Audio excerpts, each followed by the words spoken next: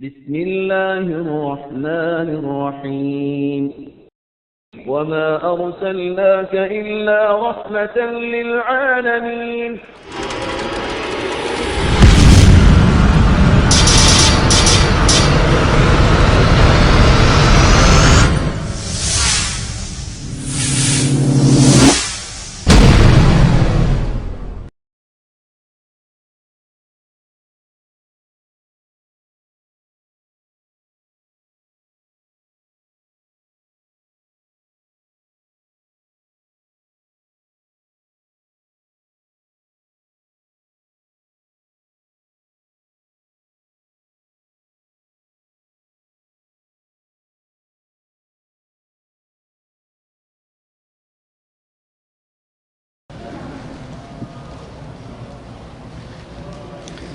إن الحمد لله نحمده ونستعينه ونستغفره ونعوذ بالله من شرور أنفسنا ومن سيئات أعمالنا من يهده الله فلا مضل له ومن يضلل فلا هادي له أشهد أن لا إله إلا الله وحده لا شريك له وأشهد أن محمدا عبده ورسوله أما بعد أعوذ بالله من الشيطان الرجيم بسم الله الرحمن الرحيم اتبعوا ما أنزل إليكم من ربكم ولا تتبعوا من دونه أولياء قليلا ما تذكرون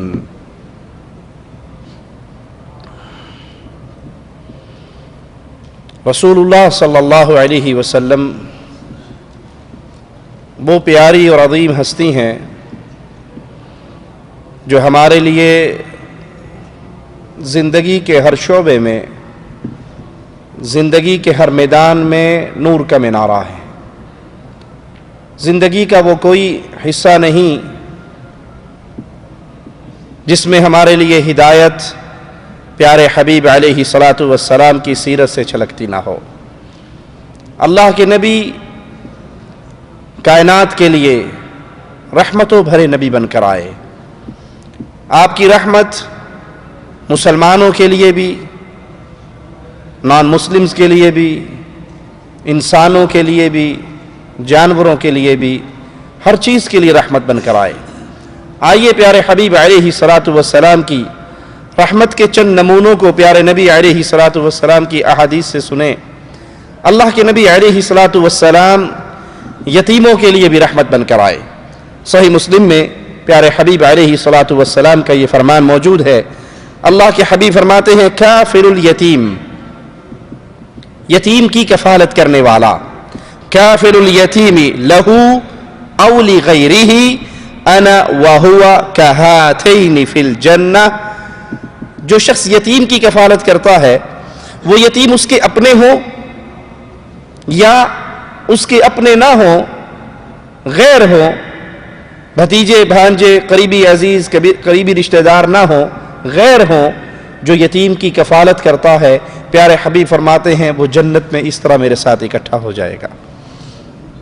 یتیم معاشرے کے کمزور، بے بس، مجبور، جن کا بظاہر کوئی سہارا نہیں، پیسے ہوئے لوگ، دبے ہوئے لوگ، محرومیوں کا شکار، لیکن جو ان سے محبت کرے، جو ان سے پیار کرے، جو ان کا خیال رکھے، جو ان سے تعلق رکھے، وہ رسول اللہ صلی اللہ علیہ وسلم کے مبارک پڑوس کا اللہ کی جنتوں میں حقدار ہوگا۔ یہ دلوں کو نرم کرنے والی چیز ہے۔ کسی کا بچہ یتیم ہوا ہے، آپ اس سے محبت کرتے ہیں، آپ اس سے پیار کرتے ہیں، آج آپ کسی کے یتیم کا سہارا بن رہے ہیں۔ موت اللہ کے ہاتھ میں ہے، پتہ نہیں ہمارے اوپر کب آ جائے۔ آج آپ کسی کے یتیم سے پیار کرو گے، اگر کل آپ کے یتیم ہو جاتے ہیں تو اللہ ضرور ان سے پیار کرنے والا بھی بھیجے گا۔ آج کسی کا خیال رکھو گے، کل کوئی تمہاروں کا خیال رکھے گا۔ اور یہ اللہ کے نبی علیہ الصلاۃ والسلام کی کتنی رحمت ہے کہ معاشرے کا وہ طبقہ جو کمزور ہے، جو مجبور ہے، بلکہ اکثر اس کو ٹھکرایا جاتا ہے، دھکے دیے جاتے ہیں، نکال دیا جاتا ہے، نہ دعوتوں کے اندر یہ نظر آتے ہیں، دعوت ہوتی ہے بڑے بڑے لوگوں کی تو بڑے بڑے لوگ ہی نظر آتے ہیں، غرباء اور فقراء، یتیم اور مسکین نظر نہیں آتے. اسی لیے رسول اللہ صلی اللہ علیہ وسلم کا ایک فرمان ہے کہ بدترین ولیمہ، بدترین دعوت وہ دعوت ہے، بدترین دعوت وہ دعوت ہے جس میں فقراء نہ ہوں، جس میں غریب لوگ نہ ہوں. تو اللہ کے حبیب علیہ الصلوۃ والسلام فرماتے ہیں وہ جنت میں میرا ساتھی بنے گا. مسند احمد میں یہ روایت ہے کہ ایک شخص رسول اللہ صلی اللہ علیہ وسلم کی خدمت میں حاضر ہوتے ہیں. یہ حدیث بڑے غور کے قابل ہے. اللہ سب سے پہلے کہنے والے کو اس پہ عمل کی توفیق عطا فرمائے. ایک شخص نے آ کر اللہ کے حبیب علیہ السلام سے اپنی سنگ دلی کا تذکرہ کیا. میرا دل بڑا پتھر ہے، نرم نہیں ہوتا، اس دل کی سختی کا کیا علاج ہے؟ ہمارے ہاں بھی یہ بیماری ہمارے اندر بہت کثرت سے ہے. اکثر پوچھتے ہیں جی رونا نہیں آتا، اللہ کے ذکر کے وقت دل نرم نہیں ہوتا، دل میں بڑی سختی ہے، گناہوں کی وجہ سے دل سخت ہو جاتا ہے. حدیث میں آتا ہے انسان ایک گناہ کرتا ہے اس پہ ایک سیاہ دھبا لگ جاتا ہے. نکتت فی قلبہ نکتۃ سوداء. وہ اگر توبہ کر لے، معافی مانگ لے تو اللہ اس دھبے کو دھو دیتا ہے. اور اگر وہ گناہ پہ مستمر رہے، جاری رکھے اس گناہ کو، تو وہ یہ سیاہ دھبے لگتے رہتے ہیں یہاں تک کہ پورا دل سیاہ ہو جاتا ہے. دل کی سیاہی کا علاج، سخت دلی کا علاج، آخرت اور اللہ کے ذکر کی طرف نہ آنے والے دل کا علاج، محمد کریم صلی اللہ علیہ وسلم کیا بیان فرماتے ہیں؟ اس نے کہا کہ میرا دل بڑا سخت ہے، اس کی شکایت کی تو پیارے حبیب علیہ الصلوۃ والسلام نے فرمایا امسح رأس الیتیم. یتیم کے سر پہ ہاتھ رکھا کرو، یتیم کی سرپرستی کیا کرو، یتیم کے سر کو چھوا کرو، یتیم کے سر پہ ہاتھ رکھا کرو. وَأَطْعِمِ الْمِسْكِينَ. اور مسکین لوگوں کو کھانا کھلایا کرو. دوستوں کو تو کھانے سب کھلاتے ہیں، رشتہ داروں کو تو کھانے سب کھلاتے ہیں، مالدار کو تو ہدیے، تحفے، تحائف کا تبادلہ ہر کوئی کرتا ہے. کیوں؟ بڑا آدمی ہے، اگر میں اس کے لیے 100 ریال کا تحفہ لے کے جاؤں گا تو جب یہ میرے گھر آئے گا تو 200 کا تو لائے گا. اس طرح رشتہ داریوں میں، پیار کرنے والوں میں اپنے برابر کے لوگوں کو لوگ کھانا کھلاتے ہیں، پیار و محبت کرتے ہیں. لیکن پیارے حبیب علیہ الصلوۃ والسلام فرماتے ہیں اگر اپنے سخت دل کو نرم کرنا چاہتے ہو تو یتیم کے سر پہ ہاتھ رکھو. یاد کرو اس مجبور شخص کو دیکھ کر کہ آج اس کا بابا اس دھرتی پہ نہیں ہے. اس کا باپ ہوتا تو یہ اس سے کتنا لاڈ کرتا، اس کا باپ ہوتا تو یہ اس سے کتنی محبت کرتا، اس کا باپ ہوتا تو وہ اس کے ناز نخرے کس طرح اٹھاتا. اب اس کا کوئی باپ نہیں جس کے سامنے یہ عید والے دن رو کر کہے بابا میرے جوتے پرانے ہیں، بابا میرے کپڑے پرانے ہیں، بابا میری جیب کے اندر عیدی نہیں ہے. اس کا باپ نہیں ہے. جس اللہ نے اس کے باپ کو موت دی ہے وہ آپ کو اور مجھے بھی موت دینے والا ہے. اس یتیم کا تم خیال کرو گے اللہ تمہارے دلوں کے زنگ کو اتار دے گا. غریبوں کو کھانا کھلاؤ، مسکینوں کو کھانا کھلاؤ. اور ایک روایت کے اندر ہے آپ علیہ الصلوۃ والسلام نے فرمایا لوگوں کو سلام کرو، کثرت سے سلام کرو، لوگوں کو سلام کرو، غریبوں کو کھانا کھلاؤ. جب لوگ سو رہے ہو اس وقت نماز پڑھو، پرسکون انداز میں اللہ کی جنت میں داخل ہو جاؤ گے. کتنا پیارا کلیہ ہے. ایمان ہو پلے میں، عقیدہ صحیح ہو، توحید کا فہم ہو، شرک اکبر نہ ہو، خرافات نہ ہو، بدعات کے راہ کا راہی نہ ہو، اور یہ عمل کرے، سلام کرے، فقیروں کو، غریبوں کو کھانا کھلائے، اور جب لوگ سو رہے ہوں اس وقت اپنے رب کو راضی کرے، یہ مرے گا اور مسکراتا ہوا اللہ کی جنتوں میں داخل ہو جائے گا. عورتوں اور کمزوروں کے لیے رسول کریم صلی اللہ علیہ وسلم رحمت بن کر آئے. آپ کی رحمت کے نمونے عورتوں اور کمزوروں کے ساتھ کیسے ہیں؟ ابن ماجہ میں یہ روایت موجود ہے. رسول اللہ صلی اللہ علیہ وسلم نے فرمایا اللہم انی احرج حق الضعیفین. اے اللہ میں دو کمزور افراد کے حق کے بارے میں لوگوں کو سخت تنبیہ کرتا ہوں، سختی سے ان کو ڈراتا ہوں. دو کمزوروں کا حق کبھی نہ ماریے. وہ کون ہے؟ الیتیم والمرأہ. ایک یتیم کا حق نہ مارنا اور ایک عورت کا حق نہ مارنا. اب تو یہ بیماری چل چکی ہے. اللہ رحمت فرمائے کسی خاندان میں بھتیجے یتیم ہو جائیں، بھائی فوت ہو جائے، بہنوئی فوت ہو جائے، بجائے ان کی مدد کرنے کے ان کی جائیداد ہڑپ کر لی جاتی ہے، ان کی جائیداد کھا لی جاتی ہے، بہانوں سے یتیم کا مال لوٹ لیا جاتا ہے۔ اور یاد کرنا میرے اس جملے کو، جو اس دنیا میں رہتے ہوئے یتیم کا مال کھاتا ہے اس کو بڑی سخت سزا ملتی ہے۔ میں ان افراد کو، بعض خاندانوں کو ذاتی طور پہ جانتا ہوں جو اچھے بھلے مالدار، اچھا بھلا ان کا کام کاج چلتا تھا، انہوں نے یتیموں کا مال کھایا۔ خاندان میں کوئی یتیم ہو گئے، ان کی جائیداد اپنے نام کروا لی، بیچ ڈالی، ہڑپ کر گئی۔ وہ جو کھاتے پیتے گھرانے تھے وہ لوگوں کے آگے سوالی بن گئے، اللہ کی طرف سے آزمائش میں آئے۔ آپ اس کمزور کی مدد نہیں کر سکتے، اس کا خیال نہیں رکھ سکتے، کم از کم اس کا حق تو نہ مارو۔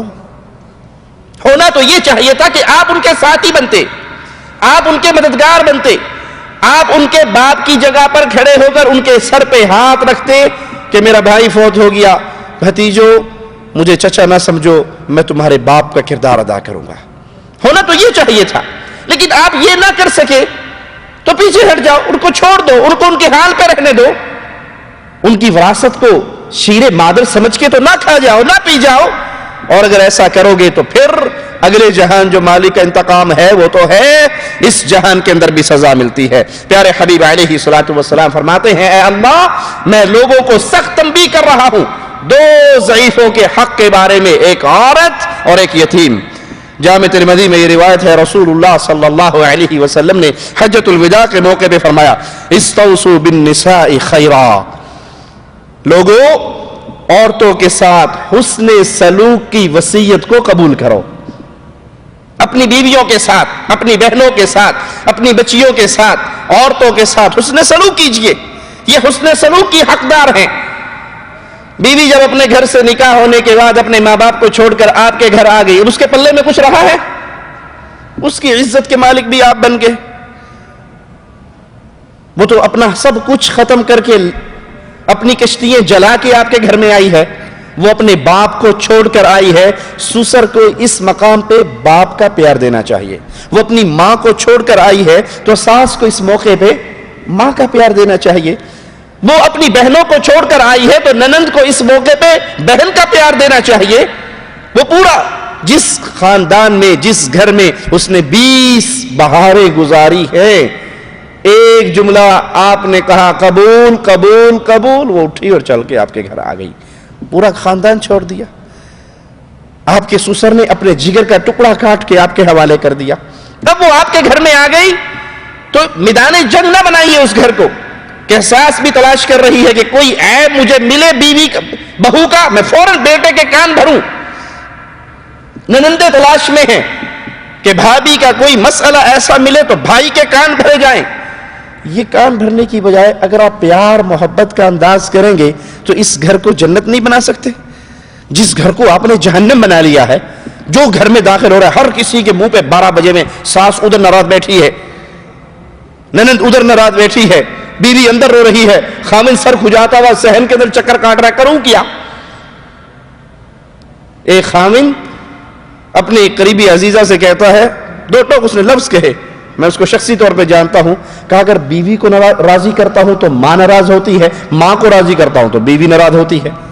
تو یہ ماں اور بیوی، اس کو انڈیا پاکستان نہ بنائیے کہ سیاسی جنگ ہے، یہ مارکا ہے، میدان ہے، یہ لڑائی ہے، یہ جھگڑا ہے، یہ دو ملکوں کا فساد ہے۔ نہیں، وہ آپ کی بیٹی بن کے آئی ہے، وہ اپنے گھر کو چھوڑ کر آئی ہے، وہ اپنے خانوادے کو چھوڑ کر آئی ہے، وہ اپنے پیارے بھائیوں کو جن کے ساتھ وہ 20 سال کھیلی کھائی پی ان کو چھوڑ کر آئی ہے، جس ماں باپ کے سائے میں وہ 20 سال رہی ہے ان کو چھوڑ کر آئی ہے۔ اس کی قربانی چھوٹی نہیں ہے، اس کی قربانی کا خیال کیجئے اور اس کو پیار دیجئے۔ جب آپ اسے پیار دیں گے تو وہ بھی آپ سے پیار والا معاملہ کرے گی، اور اگر آپ اس کو میدان جنگ اور محاذ جنگ بنا لو گے کہ اس کی کوئی چھوٹی سے چھوٹی غلطی پتہ لگے صحیح اور ہم فوراً اس کے خامن کے کان بھرے، تو آخر اس کے ہاں بھی تو شیطان موجود ہے جو اس کا دل بھی خراب کرے گا۔ تو یہ عورت ضعیف عورت ہے، یہ کمزور عورت ہے۔ اس کے ساتھ اللہ کے حبیب علیہ الصلوۃ والسلام نے فرمایا کہ تم خیر خواہی کو پسند کرو اور قبول کرو، وہ تمہارے پاس پابند ہے، تم اس کے علاوہ ان پر کوئی اختیار نہیں رکھتے۔ وہ کہیں جا نہیں سکتی، وہ بغاوت کر نہیں سکتی۔ اکثر آپ نے دیکھا ہوگا گھروں کے اندر زبان درازی کا فتنہ بہت ہے، اکثر گھروں کے اندر کا یہ مسئلہ ہے، بیوی بڑی زبان دراز ہے، وہ بڑی بولتی ہے، جب اس کے ساتھ برا سلوک کرو گے وہ کچھ کر سکتی ہے؟ نہ وہ خاوند کو مار سکتی، نہ وہ ساس کو مار سکتی، نہ وہ ننندوں پہ ہاتھ اٹھا سکتی، پھر اس کے پاس کیا ہوتا ہے؟ زبان چلتی ہے۔ اس زبان کے زہر کو اگر روکنا ہے تو اس کے ساتھ اچھا سلوک کیجئے، پیار والا سلوک کیجئے۔ آپ اپنے مقابلے کے آدمی کو مارو گے تو وہ بھی آپ کو مارے گا، مقابلے کے آدمی کو مارو گے وہ بھی مارے گا۔ آپ کسی بچے کو مارو گے، بچہ آپ کو مار سکتا ہے؟ آپ سے کمزور ہے تو وہ کیا کرے گا؟ گالیاں دے گا۔ بچہ آپ جتنا مارتے رہو وہ اتنی گالیاں زیادہ دیتا رہے گا، کیونکہ وہ مار نہیں سکتا، وہ زبان چلا سکتا ہے۔ عورت آپ کے گھر میں کمزور ہے، وہ آپ کے تھپڑ کا مقابلے پر تھپڑ نہیں مار سکتی۔ ہاں پھر جب وہ مجبور ہو جاتی ہے پھر اس کی زبان کھل جاتی ہے۔ اللہ اس کے فتنوں سے، اس زبان کے فتنوں سے عورت کو بھی اور اس کے میکے والوں کو بھی، اس کے سسرال والوں کو بھی ہدایت عطا فرمائے کہ ان کے ساتھ اگر اللہ کے نبی صلی اللہ علیہ وسلم کی رحمتوں والا معاملہ کیا جائے تو اس کی زبان کو کنٹرول کیا جا سکتا ہے۔ اسی طرح پیارے حبیب علیہ الصلوۃ والسلام بیواؤں اور مسکینوں کے لیے بھی رحمت بن کر آئے۔ صحیح بخاری میں رسول اللہ صلی اللہ علیہ وسلم کا یہ فرمان موجود ہے، الساعی علی الارملہ والمسکین۔ پیارے حبیب علیہ الصلوۃ والسلام کا یہ فرمان سنیے گا، اس حدیث کو اپنے دلوں میں جگہ دیجئے گا، اس فرمان کو لے کر اپنے گاؤں میں، اپنی بستی میں، اپنے گھر میں، اپنے شہر میں، اپنے محلے میں لوٹیے گا، اس حدیث پہ عمل کیجئے اور دیکھیے پھر اللہ اجر و ثواب کا کتنا بڑا ماجرا آپ کے ساتھ پیش کرے گا۔ الساعی علی الارملہ والمسکین کالمجاہد فی سبیل اللہ۔ جو انسان بیوہ اور مسکین اس کے لیے تگدو کرتا ہے، بھاگ دوڑ کرتا ہے، ان کے خرچے پانی کا بندوبست کرتا ہے، ان کے کھانے پینے کا بندوبست کرتا ہے، ان کے معاملات میں ان کی مدد کرنے کے لیے لگا رہتا ہے، اللہ اس کو کیا اجر عطا فرما رہا ہے؟ رسول اللہ فرما رہے ہیں وہ ایسے ہے جیسے اللہ کے راستے میں جہاد کرنے والا ہو۔ بیوہ کا مددگار، یتیم کا مددگار، مسکین کا مددگار، کمزوروں کا مددگار، جو ان کی پلاننگ میں لگا رہے کہ اس مہینے کا خرچہ میں نے اس گھر میں بھیجنا ہے، اس گھر میں دال ختم ہے، اس میں آٹا ختم ہے، اس میں بجلی کا بل کوئی نہیں بھر سک رہا ہے، وہ یتیم گھرانہ ہے، وہ مسکین گھرانہ ہے، وہ بیوہ عورت ہے، اس کا کوئی سہارا نہیں ہے، چلو کوئی نہیں، میں اپنے سالن میں تھوڑا سا پانی زیادہ ڈال کے شوروا کر کے ایک ڈونگا پڑوس میں بھی بیوہ کو دے آتا ہوں، اس بیچاری کو کوئی پالنے والا، اس پہ کوئی خرچ کرنے والا، اس کی نگہداشت کرنے والا کوئی نہیں ہے، اس کا خامن فوت ہو گیا ہے، یہ بیوہ ہو گئی ہے، میں اس کی مدد کرتا ہوں۔ جو بیوہ اور مسکینوں کی مدد میں لگا رہتا ہے، رسول اللہ صلی اللہ علیہ وسلم فرماتے ہیں اللہ کے ہاں یہ ایسے ہے جیسے یہ تلوار گھوڑا لے کر میدان جہاد میں گیا ہوا یہ مجاہد کا ثواب پاتا ہے۔ او القائم اللیل الصائم النہار، یا اللہ اس کو ایسا ثواب عطا فرماتا ہے جیسے ایک ساری رات قیام کرنے والے کو یا سارا دن روزہ رکھنے والے کو۔ رات کا قیام، دن کے روزے آسان کام ہے؟ دن کے روزہ کتنا مشکل ہے، رات بھر کا قیام کتنا مشکل ہے، لیکن اگر ایک بیوہ کی نگرانی کرتے ہو، آپ اس کے خادم ہو، ان کے معاملات کو ڈیل مددگار ہو، کمزوروں کے، بیواؤں کے، یتیموں کے، مسکینوں کے، تو اللہ کے ہاں آپ عام انسان نہیں ہو، آپ کو عام اجر نہیں مل رہا، بلکہ اللہ مالک کے ہاں آپ ایک مجاہد کی طرح ہو، آپ ایک رات کے قیام کرنے والے کی طرح ہو اور دن کے روزہ رکھنے والے کی طرح ہو۔ ایک روزہ زیادہ نہیں، ایک روزہ، حدیث میں آتا ہے کوئی ایک نفلی روزہ رکھ لے اللہ اس کے چہرے کو جہنم سے 70 سال دور کر دیتا ہے۔ ایک نفلی روزہ رکھنے سے انسان کا چہرہ جہنم سے 70 سال دور ہو جاتا ہے۔ اور جو شخص اور جو انسان کسی بیوہ کا مددگار بن جائے، مشکل کام ہے، آپ اپنی تنخواہ میں سے 50 ریال نکال لیتے ہو، آپ کو پتا ہے آپ کے محلے میں فلاں عورت بیوہ ہے، چلو کوئی بات نہیں، میں منتھلی 50 ریال، آپ کے لیے 50 ریال ہے، ہو سکتا ہے اس کے لیے وہ 1000 ریال ہو، اس کا گندم، آٹا، پانی، دال، روٹی اس سے آ جائے، اس کا گزارا چل جائے، آپ اس کے لیے 50 ریال منتھلی اپنے گھر بھیجتے ہو، جو اپنے ماں باپ کو خرچہ بھیجتے ہو، کہتے ہو امی اس میں سے 50 ریال فلاں بیوہ کو دے دینا، یہ 50 ریال خرچ کر کے، یہ 100 ریال خرچ کر کے کسی بیوہ کے مددگار بن کے آپ مجاہد کا ثواب بھی پا رہے ہو، آپ دن دن کے روزے دار کا ثواب بھی پا رہے ہو اور رات کی تہجد پڑھنے والے کا ثواب بھی پا رہے ہو. بیٹھے آپ یہاں پر ہو, کہیں بھی نہیں گئے, کچھ خرچ نہیں کیا, نہ دن کی پیاس برداشت کی, نہ رات کے نیند خراب ہوئی, لیکن آپ کے اکاؤنٹ میں یہ تینوں جو ثواب داخل ہو گئے. سنن نسائی میں یہ روایت ہے, سیدنا عبداللہ بیان فرماتے ہیں کہ رسول اللہ صلی اللہ علیہ وسلم کثرت سے اللہ کا ذکر کرتے تھے. اللہ کے حبیب علیہ الصلوۃ والسلام کثرت سے کیا کرتے تھے؟ اللہ کا ذکر. اب نوجوان طبقہ زیادہ بیٹھا ہے, ہماری زبان پہ کثرت سے کیا رہتا ہے؟ اللہ کا ذکر یا گانے گنگنانا. نوجوان کو دیکھو گے نا آپ, وہ چل بھی رہا ہے تو اس کے منہ میں ٹن ٹن ٹن ٹن ہو رہی ہے, اور جی کوئی نہیں مجھ سے فارغ ہیں تو میں نے سوچا چلو اچھا موسم اچھا تھا, تو ویسے ہی زبان پہ گیت آ گیا, گنگنانے لگ گئے. اور اگر آپ ویسے ہی اپنی زبان پہ لا الہ الا اللہ, لا حول ولا قوت الا باللہ ویسے ہی لے آؤ, تو ویسے ہی جنت کے زمین پہ آپ کے لیے ایک کھجور لگ جائے گی, ایک درخت لگ جائے گا. اللہ کے پیارے حبیب علیہ الصلوۃ والسلام کثرت سے اللہ کا ذکر کیا کرتے تھے. کبھی بےہودہ بات پیارے حبیب کی زبان مبارک سے نہیں نکلتی تھی. نفلی نماز لمبی ادا کرتے, جب تنہا نماز پڑھتے, جب اکیلے نماز پڑھتے, جماعت میں امام ہے تو اس کو خیال کرنا پڑے گا پیچھے مقتدی میں کوئی بوڑھا ہے, کوئی بچہ ہے, کوئی ضعیف ہے, کوئی بیمار ہے, کوئی مشغول ہے, کوئی تاجر طبقہ ہے, اسے ان کا خیال کرنا پڑے گا. لیکن جب انسان اکیلا ہو پھر تو آزاد ہے نا, اپنی مرضی ہے.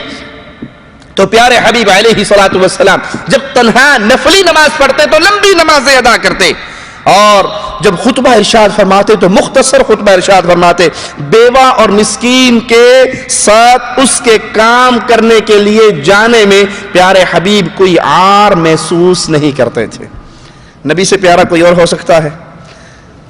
کائنات ساری ایک پلڑے میں ہو اور میرے امام الانبیاء ایک پلڑے میں ہو, کائنات مل کے محمد کے برابر صلی اللہ علیہ وسلم, اور یہ پیارے حبیب امام الانبیاء, امام کائنات, امام اعظم, قائد اعظم, رہبر اعظم, وہ غریبوں, یتیموں, بیواؤں, مسکینوں کے ساتھ جاتے ان کی مدد کرنے کے لیے, ان کا کام پورا کرنے کے لیے.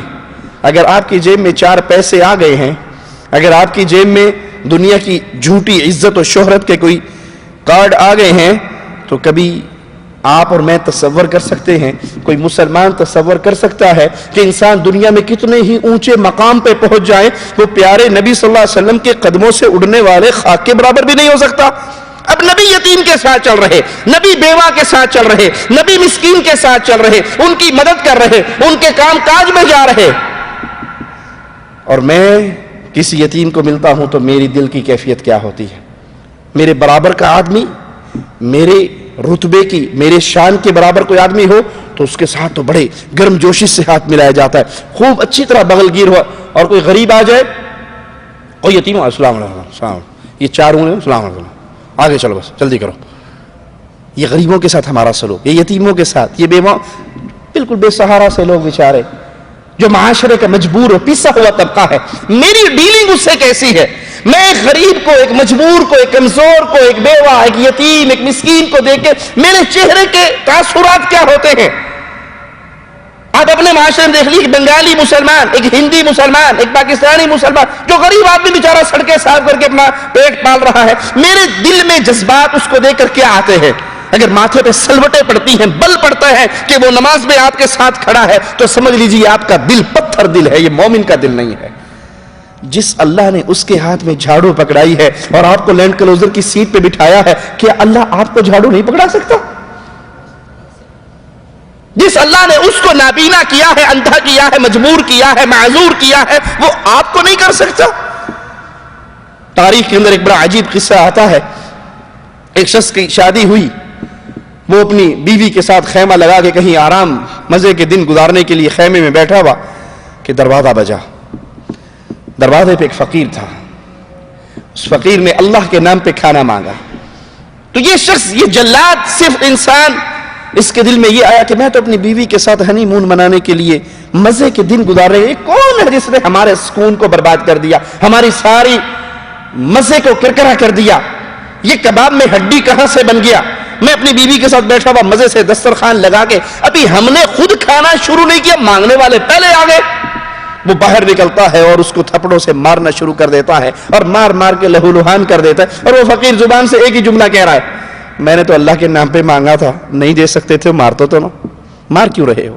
میں نے تو اللہ کے نام پہ سوال کیا, آپ نہیں دیتے نہ دو, لیکن مارو تو نہ. لیکن یہ اس کو اپنے غصے کو نکالتے ہوئے اس کو لہو لہان کر دیتا ہے. پھر اس کے اوپر ایسی کیفیت طاری ہوتی ہے کہ یہ چیختا ہوا دھاڑتا ہوا اس خیمے سے بھاگ جاتا ہے, چھوڑ کے چلا جاتا ہے اپنے اہل و عیال کو. وہ عورت ذکر کرتی ہے کہ کچھ عرصے کے بعد, کچھ سالوں کے بعد اس کی پھر دوبارہ شادی ہوتی ہے, پھر دوبارہ شادی ہوتی ہے. وہ اپنی بیوی اپنے خاوند کے ساتھ پھر کہیں آؤٹنگ کے لیے کہیں خیمہ لگا کر بیٹھے ہوئے, دسترخوان لگا اور کھانا چنا گیا. باہر سے پھر صدا آئی, اللہ کے نام پہ سوال کرتا ہوں, بھوکا ہوں, مجھے کھانا کھلا دو. اس عورت کا دل دہل کے رہ گیا کہ اسی طرح کے ایک سوالی ایک رات کو آیا تھا کہ میری پوری زندگی برباد ہو گئی, اور آج پھر نیا گھر بسا ہے تو آج پھر کوئی مانگنے کے لیے آ گیا. تو اس نے نئے خاوند نے کہا کہ اے اللہ کی نیک بندی, کوئی بات نہیں, آج کی رات بھوکے بھی رہ لیے تو کوئی مشکل نہیں ہے, یہ اللہ کے نام پہ مانگ رہا ہے, اس کو خالی نہ بھیجنا, جاؤ یہ کھانا اٹھاؤ اور اس فقیر کے ہاتھ میں دے آؤ. جب وہ کھانا دے کر فقیر کو دینے گئی, اٹھا کر اس کو دے کر واپس آئی تو اس کے زاروں قطار رو رہی اور آنسو بہ رہے. خاوند پوچھتا ہے کیا ماجرا ہے, کیوں رو رہی ہو؟ میں نے تو اللہ کے نام پہ صدقہ کرنے کے لیے بھیجا, ہنسی خوشی واپس آنا تھا, رو کیوں رہی ہو؟ کہا نہیں چھوڑیے, رہنے دیجیے اس مسئلے کو, پردہ پڑا رہنے دے. کہا نہیں, مجھے ضرور بتاؤ, تمہیں اللہ کا واسطہ ضرور بتاؤ, ہوا کیا؟ کہا میری پہلے بھی شادی ہوئی تھی, میں اپنے خاوند کے ساتھ خیمے میں تھی, کوئی مانگنے والا آیا تھا تو میرے خاوند نے اس کو بجائے دینے کے بہت مارا تھا اور اسے لہو لہان کر دیا تھا. پھر وہ خود نفسیاتی طور پہ اتنا پریشان ہوا کہ چیختا ہوا بھاگ گیا. آج دوبارہ تمہارے ساتھ شادی ہوئی, اب جو دروازے پہ مانگنے آیا تھا یہ میرا وہی خاوند تھا, جو مالدار کروڑ پتی تھا, اللہ نے اس کو فقیر کر دیا. اس کا موجودہ خاوند کہنے لگا ذرا آنکھیں کھول کے دیکھ, میں وہ غریب ہوں جس کو اس نے مارا تھا, میں وہ غریب ہوں جس کو اس نے مارا تھا. کسی پہ ہاتھ اٹھاتے ہوئے, کسی پہ زبان چلاتے ہوئے, کسی پہ ظلم و زیادتی کرتے ہوئے کبھی اللہ کی پکڑ کو اپنی آنکھوں سے فراموش نہ کیجئے. جس اللہ نے اس کو اس حال میں پہنچایا ہے وہ اللہ آپ کو بھی پہنچا سکتا. یہ غریب, یہ مجبور. رسول کریم صلی اللہ علیہ وسلم کے سامنے سے ایک شخص گزرا جو ظاہری ٹیپ ٹاپ میں, لباس میں, دیکھنے میں بڑی اونچی شخصیت لگتی. آپ نے کہا اپنے صحابہ سے اس کے بارے میں کیا خیال ہے؟ کہا اپنی قوم کا بڑا عظیم آدمی ہے, کسی مجلس میں جائے تو اس کو عزت سے بٹھایا جائے گا, کہیں رشتہ مانگے تو قبول کیا جائے گا, کسی کی سفارش کرے تو سنی جائے گی. آپ علیہ الصلوۃ والسلام خاموش ہو گئے. تھوڑی دیر کے بعد ایک کمزور سا غریب سا آدمی گزرا جس کی وہ وجاہت ظاہری نہیں. آپ نے پوچھا میرے صحابہ اس کے بارے میں کیا خیال ہے؟ کہا جی غریب سا آدمی ہے, کسی مجلس میں بیٹھنا چاہے تو کوئی بیٹھنے نہ دے, کسی کی سفارش کرے کوئی سنے نہ, کہیں رشتہ مانگے تو قبول نہ کیا جائے. کیا میرے صحابہ سنو, اگر یہ آدمی اپنے اللہ پہ قسم ڈال دے کہ اللہ تجھے قسم ہے میرا یہ کام کر دے, اللہ اس کی قسم کی لاج رکھے گا. تو کبھی کسی کو غریب سمجھ کر, کمزور سمجھ کر, بے سہارا سمجھ کر, لاچار سمجھ کر اپنے ماتھے پہ بل نہ ڈالے کہ آپ کو سلام کرنا پڑ جائے تو 4 انگلی ملا کے آپ کی کوشش ہو کہ جلدی سے آگے ہٹ جائے. وہ میرے ٹکر کا, میرے برابر کا, میری قوم کا, میرے لیول کا آدمی ہے, میں اس سے ملوں. کوئی پتہ نہیں جس کو آپ کمزور سمجھ رہے ہو اس کا اللہ سے کتنا تعلق ہو, یہ رات کو کتنے گھنٹے رو کر اپنے رب کو مناتا ہو. تو اسلام دین جو تعلیم ہمیں دیتا ہے وہ تعلیم یہ ہے کہ اللہ کے پیارے حبیب علیہ الصلوۃ والسلام ان جیسی عزت, شرف, مقام کسی کا نہیں ہو سکتا. وہ غریبوں کی مدد کے لیے, بیواؤں کی مدد کے لیے, یتیموں کی مدد کے لیے, مسکینوں کی مدد کے لیے, بے سہارا, مجبور, لاچار لوگوں کی مدد کے لیے چل کر جاتے اور اس میں کوئی عار نہ سمجھتے. آپ کے دروازے پہ کوئی سوالی بن کے آ گیا ہے تو اپنے نبی کی رحمتوں کو یاد کیجئے اور ان کی سنتوں پہ عمل کیجئے. پیارے حبیب علیہ الصلوۃ والسلام طالب علموں کے لیے رحمت بن کر آئے, علم سیکھنے والے, علم کی طلب کرنے والے. پیارے حبیب علیہ الصلوۃ والسلام کا فرمان ترمذی اور ابن ماجہ میں ہے. پیارے حبیب علیہ الصلوۃ والسلام فرماتے ہیں سیأتیکم اقوام یطلبون العلم, تمہارے پاس کچھ لوگ آئیں گے, قومیں آئیں گی جو علم حاصل کرنے کے لیے آئیں گے, جو قرآن سیکھنے کے لیے آئیں گے, جو احادیث رسول سیکھنے کے لیے آئیں گے. وہ علم جس سے انسان کا سینہ نور سے منور ہوتا ہے، اللہ کی معرفت ملتی ہے، پیارے حبیب علیہ الصلوۃ والسلام کی معرفت ملتی ہے، توحید کا علم حاصل ہوتا ہے، وہ دین سیکھنے کے لیے تمہارے پاس آئیں گے۔ فَإِذَا رَأَيْتُمُوهُمْ فَقُولُوا لَهُمْ مَرْحَبًا مَرْحَبًا بِوَصِيَّةِ رسول اللہ صلی اللہ علیہ وسلم وَأَقْنُوهُمْ۔ جب تم انہیں دیکھو، طالب علموں کو، کمزوروں کو، ہمارے ہاں کیا کہتے ہیں اس کو؟ اے درویش، اے درویش، اے درویش نے، جو قرآن پڑھ رہا ہے وہ درویش بن گیا۔ قرآن کی منزلت ہمارے ہاں اتنی کم ہو چکی ہے، الا من رحم ربی۔ ایک تو قرآن کو جو یاد کر لے اسے کیا کہا جاتا ہے؟ حافظ، ٹھیک ہے، اور جو نابینا ہو اس کو کیا کہتے ہیں؟ جو نابینا ہو اس کو بھی حافظ صاحب کہتے ہیں نا، اس کا نام نہیں کسی کو یاد، تو نابی حافظ صاحب ادھر آ کے بیٹھے، حافظ صاحب ادھر سے ہو کر گزرے، اسے نابینے کو حافظ کیوں کہا جا رہا ہے؟ کبھی غور کیا آپ نے؟ لا علمی کے اندر ہم قرآن سے اور اس کی محبت سے کتنے دور ہو گئے۔ نابینے کو حافظ کیوں کہا جا رہا ہے؟ کیونکہ جس کے گھر میں نابینا بچہ پیدا ہو جائے اس کو اور تو کوئی کام آتا نہیں، مسجد میں چھوڑ آتے ہیں اور وہ قرآن حفظ کرتا ہے یا امام بن جاتا ہے یا مؤذن بن جاتا ہے، کہتے ہیں یہ بھی حافظ صاحب ہے۔ تو یہ ہمارے دل میں قرآن کی محبت ہوئی یا قرآن سے دوری ہوئی؟ مجھے یاد ہے ایک جگہ پر کسی سے ملاقات ہوئی تو وہ حافظ بھی تھے اور انجینئر بھی تھے، حافظ بھی تھے انجینئر بھی تھے۔ تو ان کے عزیزوں میں سے کسی کو کہا گیا کہ آپ حافظ صاحب کے رشتہ دار ہیں، تو وہ غصے میں آگے شدید، نہیں میرے خامن حافظ نہیں انجینئر ہیں۔ دنیا داری ایسی غالب ہو چکی ہے کہ انجینئر لفظ سنتے ہی ڈاکٹر، انجینئر، پروفیسر، دل کہتے ہیں باقی پڑھا لکھا آدمی ہے، حافظ ادھر بھیجو۔ حافظ کی آواز سنتے ہی دل کے اندر سارے درجات کم ہو جاتے ہیں۔ جو شان انجینئر کے لیے آنکھیں کھلی تھی نا، انجینئر، ڈاکٹر، پروفیسر، ارے تم کیا جانتے ہو؟ یہ حافظ قرآن، یہ ماہر قرآن، قیامت کے دن جب صفیں لگیں گی، انسانوں کی صفیں ہوں گی، ملائکہ کی صفیں ہوں گی، میرا اللہ مالک اپنے کلام کے حفاظ سے کہے گا اے ماہر قرآن انسانوں کی صف سے نکل جا اور ملائکہ کی صف میں کھڑا ہو جا۔ وہاں کہا جائے گا ڈاکٹر صاحب نکلو، پی ایچ ڈی کرنے والے صاحب نکلو، ایم بی اے کرنے والے صاحب، ارے یہ امریکہ سے پی ایچ ڈی کر کے آئے ہیں، جن کو قرآن ملا ہے، یہ وہ قرآن ہے جو محمد کے سینے پہ نازل ہوا تھا۔ پوری کائنات کی پی ایچ ڈی یہ ایک طرف ہو اور میرے رب کے کلام کا حافظ کائنات کا کوئی دنیا والا مل کر بھی اس کے برابر۔ پیارے حبیب علیہ السلام فرماتے ہیں قومیں آئیں گی تمہارے پاس جو علم حاصل کرنے کے لیے، قرآن کا علم، حدیث کا علم، توحید کا علم، تو انہیں کہنا فَقُولُوا لَهُمْ مَرْحَبًا مَرْحَبًا، تمہیں خوش آمدید ہو، اہلاً و سہلاً ہو، جی آیا نو ہو، جن کے حق میں تم وہ ہو جن کے حق میں رسول اللہ صلی اللہ علیہ وسلم نے وصیت کی۔ تمہارے حق میں اللہ کے پیارے حبیب وفات سے پہلے اپنی زندگی میں تمہارے بارے میں وصیتیں کر کے گئے کہ تم آؤ گے علم حاصل کرنے کے لیے اور انہیں مفید تعلیم دے کر مطمئن کرنا۔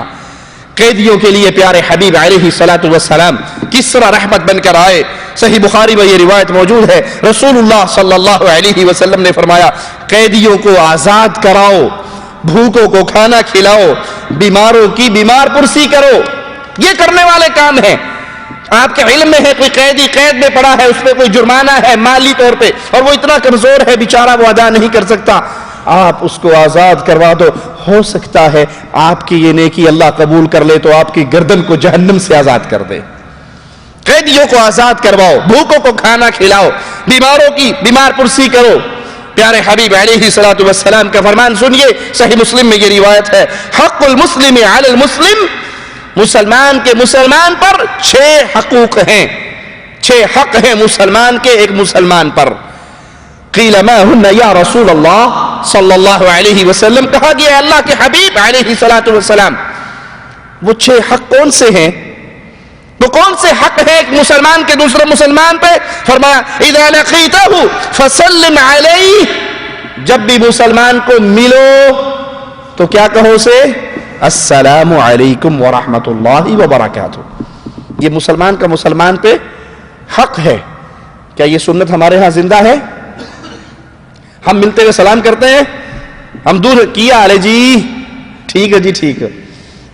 سر کیا حال ہے, خیریت سے, گڈ مارننگ, گڈ ایوننگ, السلام علیکم گیا. اور اگر زیادہ پیار محبت ہو تو مل جائے, آداب آداب آداب. وہ آگے سے جی جی مہربانی مہربانی. کہاں گیا, السلام علیکم ورحمۃ اللہ وبرکاتہ. مفت کی 30 نیکی آپ کے اکاؤنٹ میں آنے والی تھی, وہ یا آداب نے چھین لی یا گڈ مارننگ نے چھین لی یا کیا حال ہے جی ٹھیک ہو جی بڑی مہربانی جی بڑی مہربانی. سلام کرنے والے کو بھی اکثر یہ جواب نہیں دیتی. آپ سلام کرو گے السلام علیکم ورحمۃ اللہ وبرکاتہ, بہت کم ملیں گے جو کہیں گے وعلیکم السلام ورحمۃ اللہ وبرکاتہ. آپ کہیں گے السلام علیکم جی مہربانی مہربانی نوازش نوازش نوازش. وعلیکم السلام کدھر گیا؟ ایک صاحب کو فون پہ ہماری ان سے بات ہو رہی, میں نے کہا السلام علیکم, کہتا حالا, کہا السلام علیکم حالا واللہ, کہا السلام علیکم حیاک اللہ, السلام علیکم, کہتا اشوی انت, کیا ہوا 4 دفعہ تم نے سلام کیا. میں نے کہا مجھے ایک دفعہ بھی جواب میں وعلیکم السلام ورحمۃ اللہ وبرکاتہ سننے کو نہیں ملا. یہ کیا ہوا, السلام علیکم جی مہربانی, السلام علیکم ہیلو, السلام علیکم ہائے, السلام علیکم حالا. یہ مسلمانوں کا طریقہ نہیں ہے. مسلم کا مسلم پہ حق ہے جب وہ کہے السلام علیکم ورحمۃ اللہ وبرکاتہ, سننے والا اس کو جواب میں وعلیکم السلام ورحمۃ اللہ کہے. دوسرا حق مسلمان کا مسلمان پہ, وَإِذَا دَعَاكَ فَأَجِبْهُ, جب وہ آپ کی دعوت کرے, آپ کو بلائے, آپ کی دعوت کرے تو پھر اس کی دعوت پر لبیک کہیں, اس کی دعوت کو قبول کریں.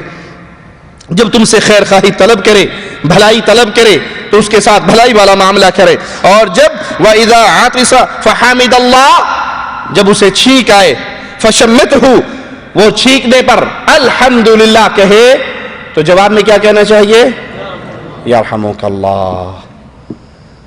اب تو یہ روٹین نہیں رہی نا, چھینکنے پر چھینک آتی ہے تو ادھر منہ کرے چھینک ہے, آئی ایم سوری سوری. کیوں بھائی سوری کس بات کا؟ اللہ کے نبی کا طریقہ کیا تھا؟ مسلمانوں کے لیے پیارے نبی کی رحمتوں والے معاملات ختم ہو گئے, اس کے بدلے میں ہم نے کفار, انگریز, یہود و نصارہ کے طریقے لے لیے. ہیں مسلمان کے مسلمان بھائی, مسلمان وہ ہے من تشبہ بقوم فہو منہم, جو جس قوم کی مشابہت کرتا ہے وہ تو انہی کا ساتھی ہے. اگر ہم نے سنت رسول صلی اللہ علیہ وسلم کو چھوڑ کر یہود و نصارہ کے طریقے لیے ہیں تو ہم کہاں کے مسلمان رہ گئے؟ مسلمان کا یہ حق ہے جب اسے چھینک آئے والحمدللہ کہے تو سننے والا اس کو یرحمک اللہ کہے, اور پھر چیخنے والا اسے کیا کہے, یہدیکم اللہ ویصلح بالکم. وَإِذَا مَرِضَ فَعُدْهُ, جب وہ مومن مسلمان بیمار ہو جائے, جب وہ بیمار ہو جائے تو پھر اس کی عیادت کے لیے جائیں. آپ کا بھائی مسجد میں آتا تھا, فجر پہ نہیں آیا, ظہر پہ نہیں آیا, عصر پہ نہیں آیا, پتہ کیجئے اس کا, وہ بیمار ہوگا, اس کی بیمار پرسی کیجئے. آپ جب تک اس کی بیمار پرسی کے لیے وہاں بیٹھے رہو گے تب تک اللہ کی رحمت کی چادر میں بیٹھے گا. حدیث میں آتا ہے قیامت کے دن مالک پوچھے گا, بندے میں بیمار تھا تو پوچھنے نہیں آیا, کہے گا اللہ تو مالک ہے, تو خالق ہے, تو بیمار کیسے؟ کہا میرا وہ بندہ بیمار تھا, اگر تو وہاں جاتا تو مجھے اس کے پاس پاتا. کیا معنی؟ اگر تو وہاں جاتا تو وہاں جانے کا اجر و ثواب تجھے وہاں مل جاتا. یہ اللہ کے حکم سے جانا تھا, یہ مومن کا حق ہے. وہ بیمار ہو جائے تو اس کی بیمار پرسی کیجئے, عیادت کیجئے. وَإِذَا مَاتَ فَاتَّبِعْهُ, جب وہ فوت ہو جائے تو اس کا جنازہ کے ساتھ چلو, جنازہ پڑھو, اس کو قبرستان تک دفن کر کے آؤ. حدیث میں آتا ہے کہ جو انسان جنازہ پڑھے اس کو 1 قرات ثواب ملتا ہے, اور جو جنازے کے ساتھ اس کے دفن ہونے تک جائے تو اس کو 2 قرات ملتے ہیں. اور قرات کتنا ہوتا ہے؟ احد پہاڑ جتنا. مدینہ شریف میں جتنا احد پہاڑ ہے اتنا 1 قرات کا ثواب ہے. عبداللہ ابن عمر رضی اللہ عنہما نے جب یہ سنا کہ جنازے کے ساتھ جا کر اس کو دفن کرنے تک رہنے والے کے لیے 2 قرات ہیں تو افسوس کر کے کہنے لگے, افسوس ہم نے تو کئی قرات ضائع کر دیے. یہ فکر تھی ان کی, یہ ان کا انداز تھا کہ جہاں وہ حدیث رسول صلی اللہ علیہ وسلم کو سنتے تھے, پریکٹیکل لائف میں فوراً اس حدیث پر عمل کرنے کے لیے میدان میں آ جاتے تھے. صحیح مسلم میں رسول اللہ صلی اللہ علیہ وسلم کا فرمان موجود ہے, سنیے. من عاد مریضا, جو کسی مریض کی, کسی مومن مسلمان موحد مریض کی عیادت کے لیے جاتا ہے, لم یزل فی خرفۃ الجنہ حتی یرجع, وہ اس وقت تک جنت کے پھل چننے میں لگا رہتا ہے جب تک واپس نہیں لوٹ آتا. قیل یا رسول اللہ صلی اللہ علیہ وسلم وما خرفۃ الجنہ؟ قال جناحا, اے اللہ کے حبیب علیہ الصلوۃ والسلام خرفۃ الجنہ سے مراد کیا ہے، تو آپ نے فرمایا جنت کے پھل چننا۔ آپ کسی کھجور کے باغ میں جاؤ، کھجوریں پکی ہوئی ہوں، درختوں پہ لگی ہوئی ہوں، منہ میں پانی آئے گا نا، اور دوست کا باغ ہے، چنو جی چنو، کھا لو، جتنا دل کرتا ہے کھا لو۔ انڈیا پاکستان جائے اور وہاں آم کے باغ میں چلا جائے، پکے پکے آم ہوں اور وہ وہاں سے توڑ توڑ کر کھائے، کتنا اچھا لگے گا اس کو۔ یعنی ایک ہے پھل کا بازار سے خرید کے کھانا، ایک ہے ڈائریکٹ درختوں سے توڑ کے کھانا، اس کا ٹیسٹ ہی اپنا ہے، اس کا مزہ ہی اپنا ہے۔ اور اللہ کے حبیب علیہ الصلوۃ والسلام فرماتے ہیں جو کسی مریض کی عیادت کے لیے جاتا ہے، جب تک وہاں رہتا ہے اس وقت تک گویا وہ جنت کے درختوں سے پھل چن چن کے کھا رہا ہے، پھلوں کو چن رہا ہے اور پھلوں کو اکٹھا کر رہا ہے۔ اللہ ہم سب کو اس کی توفیق عطا فرمائے۔ جامع ترمذی میں پیارے حبیب علیہ الصلوۃ والسلام کا یہ فرمان ہے، سنیے، ما من مسلم یعود مسلما غدوة الا صلی علیہ 70,000 ملک حتی یمسی۔ جب کوئی مسلمان کسی مسلمان مریض کی عیادت کے لیے جاتا ہے تو صبح کے وقت اگر جائے تو 70,000 فرشتے اس کی رحمت کے لیے، اس کے لیے اللہ سے رحمت کا معاملہ کرنے کا سوال کرتے رہتے ہیں، دعا کرتے رہتے ہیں۔ کتنے فرشتے؟ 70,000۔ یہاں کسی بندے کے ایسے ہوں گے جو 70,000 مرید ہو، جو 24 گھنٹے اس کے نعرے مارتے ہیں صبح سے شام تک، جیوے بھی جیوے فلانا جیوے، جیوے جیوے فلانا جیوے، ہے کوئی؟ 70,000۔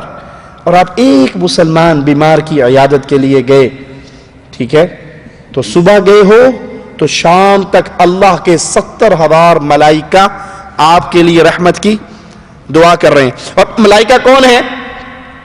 ملائکہ کون ہیں جو اپنی مرضی سے کوئی کام، ان کو یہ دعا کرنے کا حکم کس نے دیا؟ اللہ نے۔ جب وہ اللہ کے حکم سے آپ کے لیے دعا کریں گے تو اللہ قبول نہیں کرے گا؟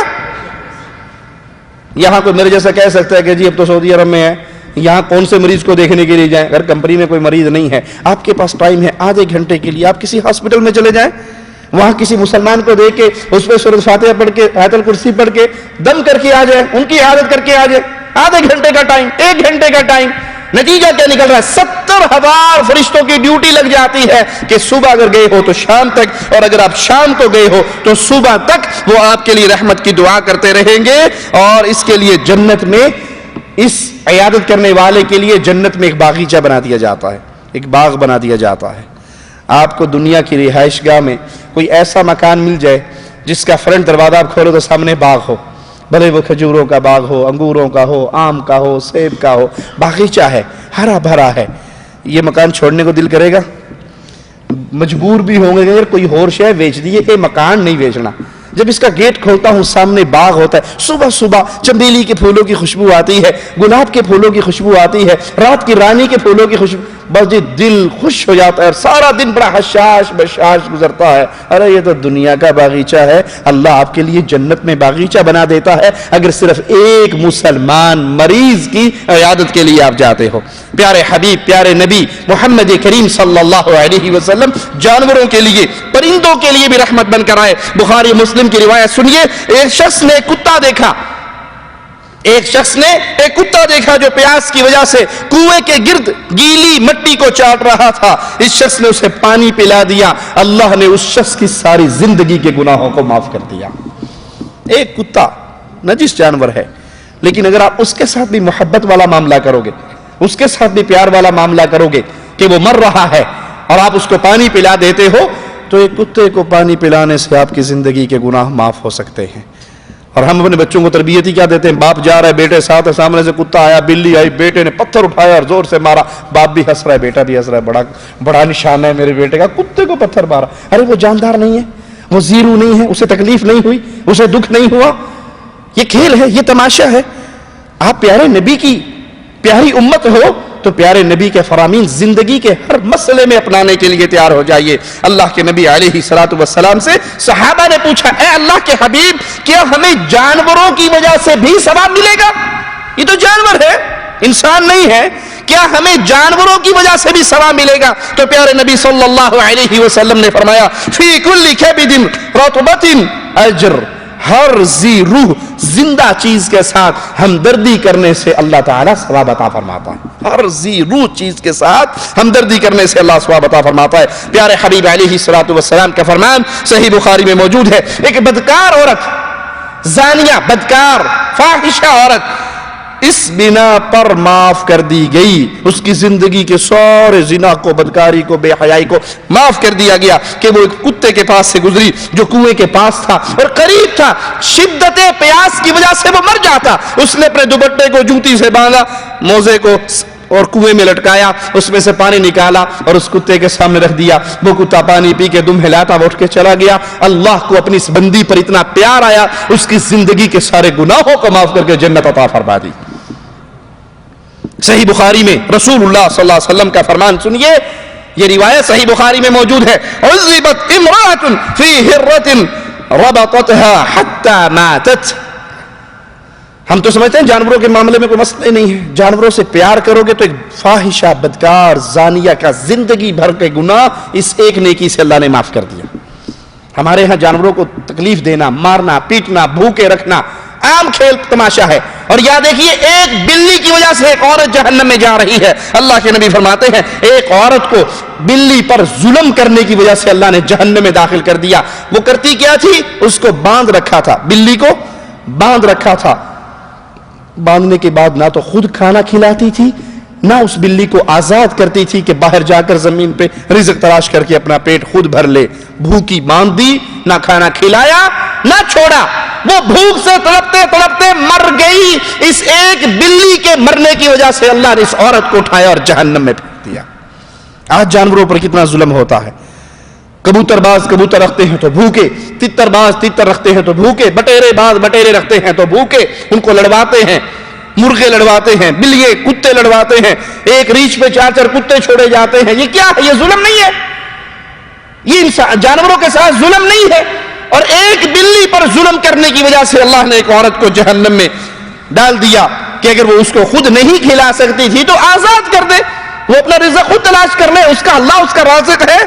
بخاری و مسلم میں یہ روایت موجود ہے. پیارے حبیب علیہ الصلوۃ والسلام کا فرمان سنیے، ما من مسلم یغرس غرسا او یزرع زرعا فیأکل منه طیر او انسان او بہیمہ الا کان له به صدقہ. کوئی مسلمان کوئی کھیتی لگائے، کوئی کھیتی باڑی کرے، کوئی پودا اگائے، کوئی درخت لگائے، کوئی پھلدار چیز لگائے، اس فصل جو اس نے کاشت کی ہے، وہ درخت جو اس نے لگایا ہے، اس میں سے اگر کوئی انسان کھا لے، کوئی پرندہ کھا لے، کوئی چوپایا کھا لے. کھیت لگایا، باغ لگایا، پرندے آ کے چگ گئے، انسان آ کے کھا گئے، کسی اور جانور نے چوپائے نے کھا لیا، اس کے ہر دانے کی بنا پر یا اس کے اس کھانے کی بنا پر اللہ اس مسلمان کے کھاتے میں خیرات اور صدقے کا ثواب لکھ دیتا ہے. مجھے یاد ہے ایک دفعہ شیخ عبداللہ عبدالعزیز الراجی حافظہ اللہ، ان کے مزرعے میں مجھے جانے کا اتفاق ہوا درس دینے کے لیے. تو کھجور کے کئی خوشے ہوتے ہیں، ایک کھجور پر 6 خوشے لگتے ہیں اور ایک خوشہ جو ہے وہ 7 8 10 کلو کا ہوتا ہے. تو جب وہ کھجور پکنے کا سیزن آیا تو ہر اس پر میں نے دیکھا پلاسٹک کی تھیلی چڑھی ہوئی اور ہر کھجور پہ ایک خوشہ بالکل ننگا ہے، ہر کھجور پہ. اور ان کے اس مزرعے میں تقریباً 60,000 درخت ہے کھجور کے، 5-6 کلومیٹر لمبا اور 3-4 کلومیٹر چوڑا وہ مزرعہ ہے ان کا. ہر کھجور پہ ایک خوشہ ایسا ہے جس پہ کوئی تھیلی نہیں، اوپن. تو میں نے وہاں کام کرنے والے ساتھیوں سے پوچھا، میں نے کہا یہ ہر کھجور کا ایک خوشہ اوپن ہے، اس کی کیا وجہ؟ تو کہنے لگے شیخ کا حکم ہے کہ ہر کھجور میں سے ایک خوشے کو اللہ کی مخلوق کے لیے کھلا چھوڑ دو. پرندے کھائیں، انسان کام کرنے والی لیبر کھائے، جو مرضی کھائے، ایک خوشہ ان کا حق ہے. ان سے بچ جائے گا تو ہم کاٹ لیں گے، اور اگر وہ کھا لیں گے تو یہ پرندوں کا حق ہے، یہ جانوروں کا حق ہے، یہ اللہ کی مخلوق کا حق ہے، ہم اس کو بند نہیں کریں گے. جب اس طرح انسان کرتا ہے تو پیارے نبی علیہ الصلوۃ والسلام فرماتے ہیں کہ جو کچھ اس میں سے کھایا جائے گا اس کھانے کے بدلے میں اللہ اس مسلمان کے اکاؤنٹ میں ثواب لکھ دے گا. عبداللہ ابن عباس سے روایت ہے کہ ایک آدمی بکری کو لٹا کر ذبح کرنے کے لیے بکری لٹا لی، پھر اس کے سامنے چھری تیز کرنے لگ گیا. بکری لٹا لی اور پھر اس کے سامنے چھری تیز کر رہا ہے. بکری دیکھ رہی ہے کہ چھری تیز ہو رہی ہے تو پیارے نبی صلی اللہ علیہ وسلم نے فرمایا کیا تو اسے بار بار مارنا چاہتا ہے؟ تو نے اسے لٹانے سے پہلے چھری تیز کیوں نہیں کر لی؟ تو اس کو اس کی آنکھوں کے سامنے چھری تیز کر رہے ہیں کیوں؟ اس کو بار بار یہ تکلیف دینا چاہتا ہے.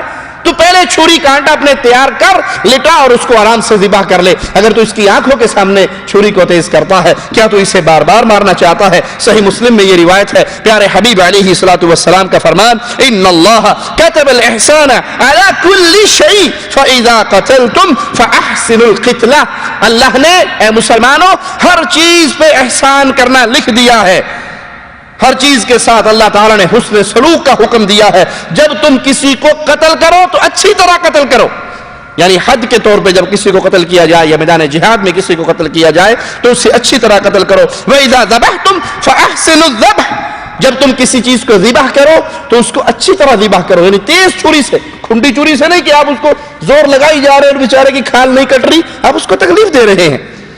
یہ اچھا ذبح نہیں ہے. اللہ کے نبی نے فرمایا اللہ نے ہر چیز پہ احسان کرنا لکھا ہے. تو جانور کو ذبح کرنا اس کا احسان یہ ہے کہ اپنی چیزوں کو اچھی طرح پہلے تیار کر کے پھر اس کو ذبح کیا جائے. عبداللہ ابن عمر سے مرفوعاً روایت ہے, پیارے حبیب علیہ الصلوۃ والسلام کہ یہ صحابی بیان کرتے ہیں کہ جس شخص نے چڑیا یا اس سے کسی بڑے جانور کو ناجائز قتل کیا, یہ حدیث سنیے گا, ابن عمر رضی اللہ عنہما کی روایت سنیے گا, کسی شخص نے چڑیا یا اس سے بڑے جانور کو ناجائز قتل کیا تو اللہ تعالیٰ اس سے قیامت کے دن اس کے بارے میں ضرور پوچھے گا. کسی نے جانور میں سے چڑیا کو یا اس سے بڑے, پھر کتنا ہی بڑا کیوں نہ ہو, اس کو ناجائز مارا تو اللہ ضرور اس بندے سے اس مسئلے پہ سوال کرے گا کہ تو نے کیوں مارا. صحابہ نے کہا یا رسول اللہ صلی اللہ علیہ وسلم جائز قتل کیا ہے, جانوروں کا جائز قتل کیا ہے؟ تو آپ علیہ الصلوۃ والسلام نے فرمایا کہ اس کو ذبح کر کے کھایا جائے. تم پرندہ مارو, شکار کرو, اس کا گوشت کھانے کے لیے تو جائز ہے. اور اگر تم نے شوقیہ مارا ہے کہ شکار کرنے جا رہے, راستے میں حرام جانور بیٹھے ہیں اور تم اس کو شوقیہ طور پہ مار رہے ہو, قتل کر رہے ہو, فضول کہ قتل کر کے پھینک دیا جائے, اور اگر تم اس کا سر کاٹ کر اسے ویسے ہی پھینک دو گے تو یہ ناجائز قتل ہے. اور اگر تم حلال پرندے کو شکار کر کے کھاتے ہو, گردن کاٹ کے پھینک نہیں دیتے, تو یہ ناجائز قتل ہے. بخاری و مسلم میں سیدنا عبداللہ ابن عمر سے روایت ہے, فرماتے ہیں کچھ نوجوانوں کے پاس سے گزر ہوا, انہوں نے کوئی پرندہ ایک باندھ رکھا اور اس پہ تیر اندازی نشانہ بازی کر رہے زندہ پرندے پر, اور پرندے کے مالک سے یہ طے کیا کہ جو تیر ہمارا خطا جائے گا وہ تیر تیرا ہوگا, وہ تیر تو لے لینا. اور اس کے اوپر وہ زندہ پرندے کے اوپر تیر اندازی کر رہے. ابن عمر رضی اللہ عنہما کو دیکھ کر وہ نوجوان بھاگ گئے. تو ابن عمر فرمانے لگے من فعل هذا لعن اللہ من فعل هذا. یہ کون ہے, یہ کس نے یہ کیا ہے, اللہ کی ان پہ لعنت ہو. ان رسول اللہ صلی اللہ علیہ وسلم لعن من اتخذ شيئا فيه الروح غرضا. یہ کام کس نے کیا ہے, اللہ کی اس پہ لعنت ہو. رسول اللہ صلی اللہ علیہ وسلم نے اس شخص پر لعنت فرمائی جو کسی ذی روح چیز کو نشانہ بناتا ہے. شغل میلے کے لیے زندہ جانور باندھ کے اب اس پہ اب نشانے بازی کر رہے ہیں, تو یہ عمل وہ ہے کہ ایسا عمل کرنے والے پر اللہ کے نبی کی لعنت ہے. ابو داؤد میں ابن مسعود رضی اللہ عنہ وارضاہ سے یہ روایت ہے کہ رسول اللہ صلی اللہ علیہ وسلم کے ساتھ ہم ایک سفر پہ تھے, آپ قضائے حاجت کے لیے گئے. ہم نے چڑیا کے مانند ایک سرخ پرندہ تھا, اس کے بچوں کو ہم نے, 2 بچے تھے وہ پکڑ لیے. چڑیا اس منظر کو دیکھ کے پھڑپھڑانے لگی. اتنی دیر میں نبی رحمت محمد کریم صلی اللہ علیہ وسلم بھی تشریف لے آئے. آپ کے سامنے چڑیا پھڑپھڑا رہی ہے, پر مار رہی ہے, رو رہی ہے. اللہ کے پیارے حبیب علیہ الصلوۃ والسلام جو رحمت للعالمین, جو جہانوں کے لیے رحمت, انسانوں کے لیے رحمت, تو پرندوں کے لیے بھی رحمت, وہ پیارے حبیب فوراً کہتے ہیں من فجع هذه بولدها ردوا ولدها الیها. یہ کون ہے جس نے اس چڑیا کو اس کے بچوں کے بارے میں پریشان کیا, اس چڑیا کے بچوں کو واپس اس کو لوٹا دو. اللہ کے نبی کی رحمت جانوروں کو بھی گھیرے ہوئے ہے. آج ظالم دنیا کے یہود و نصارہ, دشمن اسلام اور دشمن مصطفیٰ, ہمارے پیارے نبی صلی اللہ علیہ وسلم کے خاکے بنا کر ان کو دنیا کے سامنے نعوذ باللہ ثم نعوذ باللہ ایک دہشت گرد اور ایک ظالم نبی کے طور پہ پیش کرتے ہیں. ارے ظالموں, تم نے میرے حبیب کی سیرت کو تو پڑھا ہوتا. میرے پیارے نبی انسان تو انسان, پرندوں کے لیے رحمت بن کر آئے, چوپایوں کے لیے رحمت بن کر آئے. آج تم شور کرتے ہو حقوق نسواں کا اور حقوق انسانیت کا, تمہیں کیا پتا یہ حقوق تمہیں سکھائے تو محمد الرسول اللہ نے سکھائے صلی اللہ علیہ وسلم. پرندوں کی عزتوں کے حقوق, پرندوں پر رحمتوں والے ماجرے میرے پیارے نبی فرما رہے ہیں۔ ایک دفعہ پیارے نبی رحمت محمد کریم صلی اللہ علیہ وسلم نے چیونٹیوں کا ایک بل دیکھا، ایک گھر دیکھا جس کو آگ لگا دی، لوگوں نے اس کو جلا دیا۔ تو آپ نے پوچھا من حرق هذه، اسے کس نے آگ لگایا ہے؟ قلنا نحن، تو صحابہ نے کہا اللہ کے نبی ہم نے۔ قال انه لا ينبغي ان يعذب بالنار الا رب النار، کسی کو آگ کا عذاب دینا جائز نہیں ہے، آگ کے عذاب دینے کا حقدار صرف آگ کا رب ہے۔ اسی لیے سیدنا علی رضی اللہ عنہ نے جب عبداللہ ابن سبا یہودی کو اور اس کے ماننے والوں کو آگ میں جلایا، اور غالباً سیدنا علی کو اس روایت کا علم نہیں تھا، کیونکہ عبداللہ ابن عباس کا فرمان ہے اگر میں علی کے پاس ہوتا تو انہیں کبھی جلانے نہ دیتا، تو وہ ظالم، وہ مشرک، وہ کافر ابن سبا یہودی اور اس کے ماننے والے رافضی، وہ اس وقت آگ میں جلتے ہوئے کہہ رہے تھے کہ علی علی نہیں، علی اللہ ہے، کیونکہ آگ کا عذاب صرف اللہ ہی دیتا ہے اور دنیا میں علی اللہ کے روپ میں آیا ہے۔ یہ ان کا گمراہ عقیدہ تھا جو اس حدیث سے انہوں نے باطل استدلال کے طور پہ اخذ کیا۔ اور اللہ کے نبی صلی اللہ علیہ وسلم کا فرمان ہے کہ آگ کا عذاب کسی کو دینا جائز نہیں ہے، کیونکہ آگ کا عذاب تو صرف اللہ ہی دیتا ہے۔ صحیح مسلم میں یہ روایت موجود ہے، پیارے حبیب علیہ الصلوۃ والسلام کا یہ فرمان کہ آپ ایک گدھے کے پاس سے گزرے جس گدھے کے منہ پر کسی نے آگ سے نشان لگایا تھا، آگ سے اس کے چہرے کو جلا دیا تھا، نشان لگا دیا تھا، تو پیارے حبیب نے فرمایا لعن اللہ الذی وسمہ، اس پر اللہ کی لعنت ہو جس نے اس جانور کے چہرے کو داغا ہے، جس نے اس جانور کے چہرے کو داغا اس پہ اللہ کی لعنت ہو۔ مسند احمد اور ابو داؤد میں یہ روایت ہے۔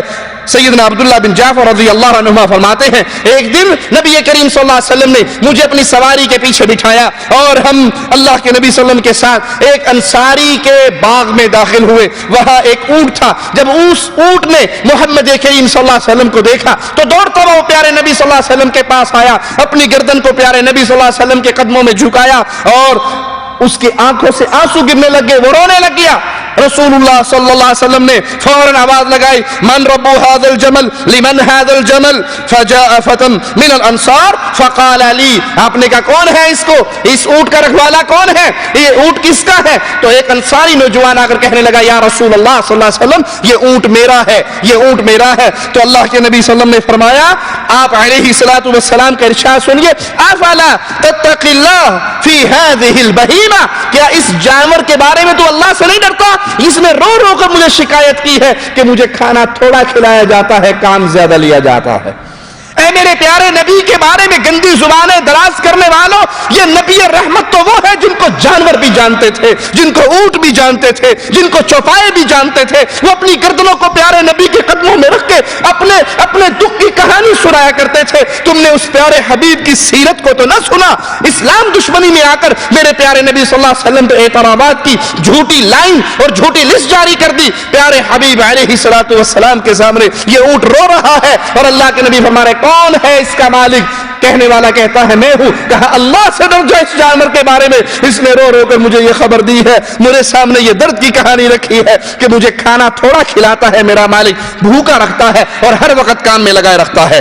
پیارے حبیب، پیارے نبی، نبی کائنات، نبی رحمت صلی اللہ علیہ وسلم کی رحمتوں بھرے واقعات میں سے یہ چند نمونے جو آپ کی انسانوں کے ساتھ، مسلمانوں کے ساتھ، کافروں کے ساتھ، عورتوں کے ساتھ، بچوں کے ساتھ، بیواؤں کے ساتھ، یتیموں کے ساتھ، چوپاؤں کے ساتھ، جانوروں کے ساتھ، پرندوں کے ساتھ، قیدیوں کے ساتھ، مجبور اور بے سہارا لوگوں کے ساتھ رحمت کے یہ نمونے تھے۔ یہ نمونے سننے کا فائدہ تب ہے کہ جب ہم اس کو سن کر اپنی زندگی کو پیارے نبی صلی اللہ علیہ وسلم کی اتباع کے اندر لے کر آئیں، ان چیزوں کے ساتھ ہم بھی وہی سلوک کریں جس کی تعلیم ہمیں امام الانبیاء علیہ الصلوۃ والسلام نے دی۔ اور سب سے پہلے نبی رحمت کی اس رحمت کو یاد رکھیں کہ نبی آئے ہمیں کفر اور شرک کی وادی سے نکال کر توحید کی راہ پہ چلا کر جہنم کی آگ سے بچانے کے لیے۔ نبی کی رحمت میں سب سے بڑی رحمت یہ ہے کہ انہوں نے انسانوں کو جہنم کی آگ سے نکال کر جنت کا وارث بنا دیا، جنت کے اندر داخل کرنے کا راہ دکھا دیا۔ آج ہم پر بھی یہی واجب ہے کہ اسی اسی توحید کے پیغام کو سیکھیں اور اس توحید کے پیغام کو لے کر عام کریں کہ لوگوں اگر اپنی اس چمڑی کو جہنم کی آگ سے بچانا ہے پھر قولوا لا الہ الا اللہ، لا الہ الا اللہ کا اقرار کرو، سچی توحید کو مانو، اس پیغام کو عام کرو۔ جب تم لوگوں کو گردنوں کو قبروں سے اٹھا کر درگاہوں سے اٹھا کر ایک اللہ کے سامنے جھکنے والی بنا دو گے تو پھر اللہ سے امید ہے کہ اللہ ہمیں اس حال میں موت دے گا، اللہ ہم سے راضی ہو، ہم اپنے اللہ سے راضی ہوں۔ اللہ ہماری خطاؤں کو معاف فرمائے، اللہ ہماری سیاہکاریوں کو معاف فرمائے، اللہ ہمیں زندہ رکھے، ایمان پہ رکھے، اللہ ہمیں موت دے، اس حال میں دے، اللہ ہم سے راضی ہو، ہم اپنے اللہ سے راضی ہوں۔ اے اللہ ہمارے گناہوں کو معاف فرما دے، اے اللہ ہماری خطاؤں کو معاف فرما دے، اے اللہ ہم میں جو بے اولاد ہیں ان کو نیک اولاد عطا فرما دے، جن کی اولاد ہے اللہ ان کو نیک اولاد بنا دے، اللہ جن کی جھولیاں خالی ہے اپنے فضل سے ان جھولیوں کو بھر دے، اللہ جو قرضوں میں دبے ہوئے اپنی رحمت سے ان کے قرض ادا فرما دے، اللہ جن کا رزق تنگ ہے تو داتا ہے، تو غریب نواز و بندہ پرور ہے، اے سچے داتا اپنے خزانوں سے ان کا رزق وسیع فرما دے، اے اللہ جن کے ماں باپ فوت ہو کے تیرے پاس آگے اللہ تو ان کو جنت الفردوس میں اعلیٰ مقام عطا فرما، جن کے ماں باپ دنیا میں زندہ ہیں اللہ ان کو اپنے ماں باپ کے ساتھ نیک سلوک کرنے والا بنا دے، اللہ جیسے تو نے اس پیاری مسجد میں ہمیں اکٹھا فرمایا، اللہ پیارے حبیب محمد کریم نبی رحمت صلی اللہ علیہ وسلم کے پڑوس میں ہمیں جنت الفردوس میں اکٹھا فرمانا۔ اقول قولی ھذا واستغفر اللہ لی ولکم ولسائر المسلمین فاستغفروہ انہ هو الغفور الرحیم۔